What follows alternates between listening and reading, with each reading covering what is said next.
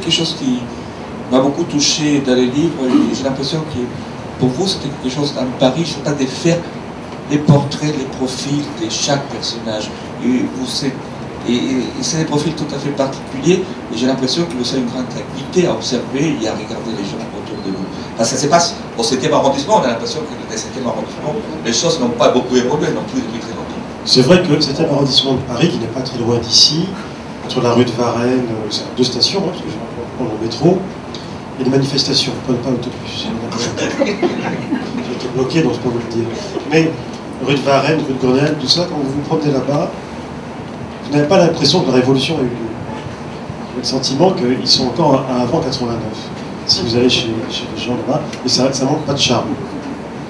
Ça manque pas de charme. Et concernant les profils, les profils. Oui, mais quand on fait un roman comme ça, bon, il faut faire des portraits, mais il ne faut pas, comment dire, faire l'inventaire des personnages au début. Il faut faire des portraits, mais il faut que ça vienne tout seul. Il faut que ça vienne de manière indirecte, de biais, qu'on y revienne, qu'on reparte. Il faut faire des portraits, mais tout le long, parce que c'est une galerie de portraits. Mais en fait, c'est tout le long du livre. Simplement, le problème maintenant, c'est que, bon, c'est vrai, je suis observateur. Je pense que si je n'étais pas observateur, je ne serais pas journaliste. Parce que journaliste, c'est ça. Et je ne serais pas non plus romancier. Le problème, c'est un petit problème, c'est pas grave, c'est des gens que j'ai observés.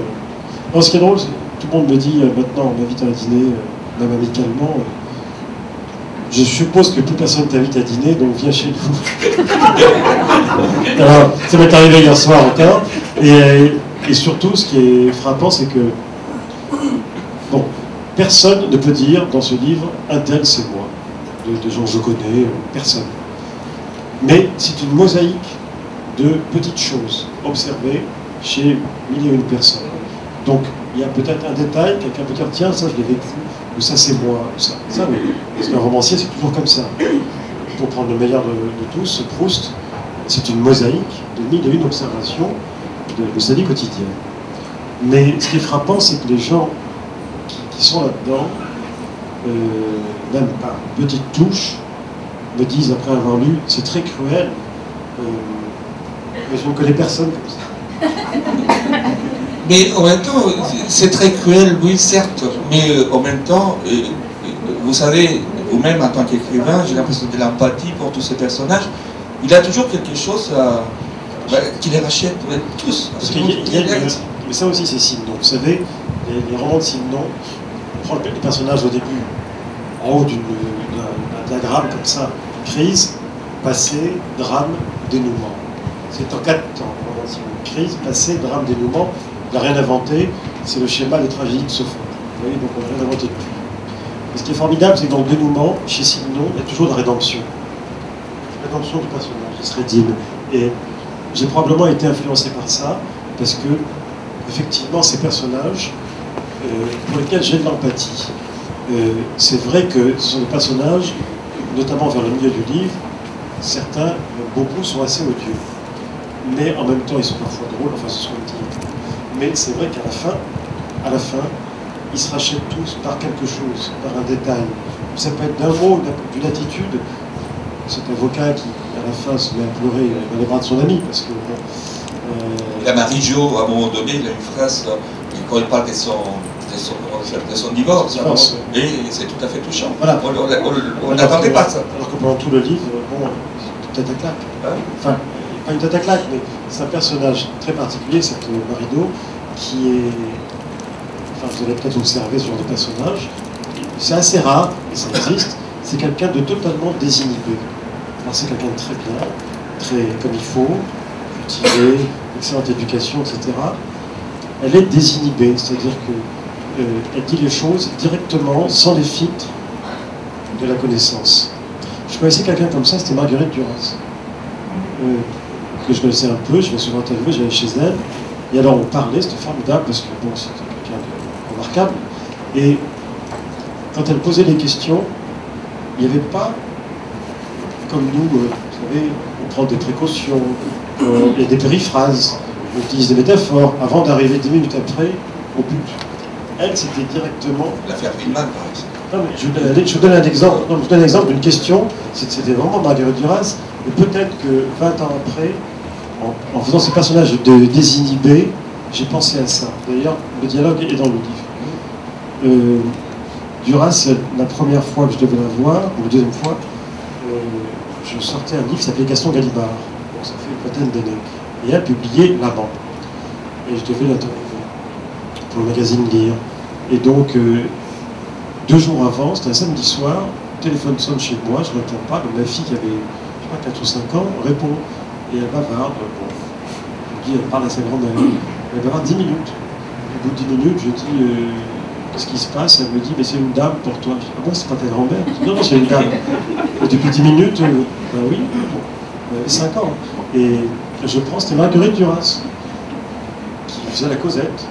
Et je lui dis, et elle me dit, en fait, vous venez lundi, n'oubliez pas d'apporter votre livre. Vous ne voulez pas aller l'acheter? Elle a une qui se trouve en bas de chez elle, au Saint-Benoît. N'oubliez pas de m'apporter votre livre, on m'en a parlé.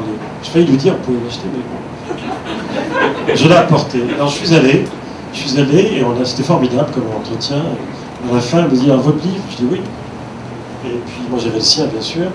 Et elle me dit, vous allez me le dédicacer? Je dis, bon, avec joie, avec honneur. Je dédicace, et puis je lui dis, ben, vous aussi, dans ce cas. Et donc on s'est mis à dédicacer, et elle écrit mon nom. Et en écrivant mon nom, c'est vraiment, je vous jure, c'est passé comme ça.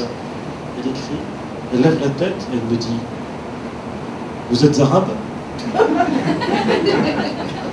non. Et elle me dit, ah, alors vous êtes juif. C'est là le livre. C'est dans le livre. Parce que ça m'a tellement frappé, mais ça, c'est une question qu'on peut se poser en voyant mon nom, mais les gens qui se la posent mettront peut-être 2 jours avant de demander la même chose. Parce que, bon, le nom, etc., puis c'est un peu espagnol, on ne sait pas trop. Et tous les gens tous les Français, c'est-à-dire, à mon avis, 3/4 des Français qui ont un nom un peu comme ça, même un nom italien ou un nom polonais, on ne sait pas trop.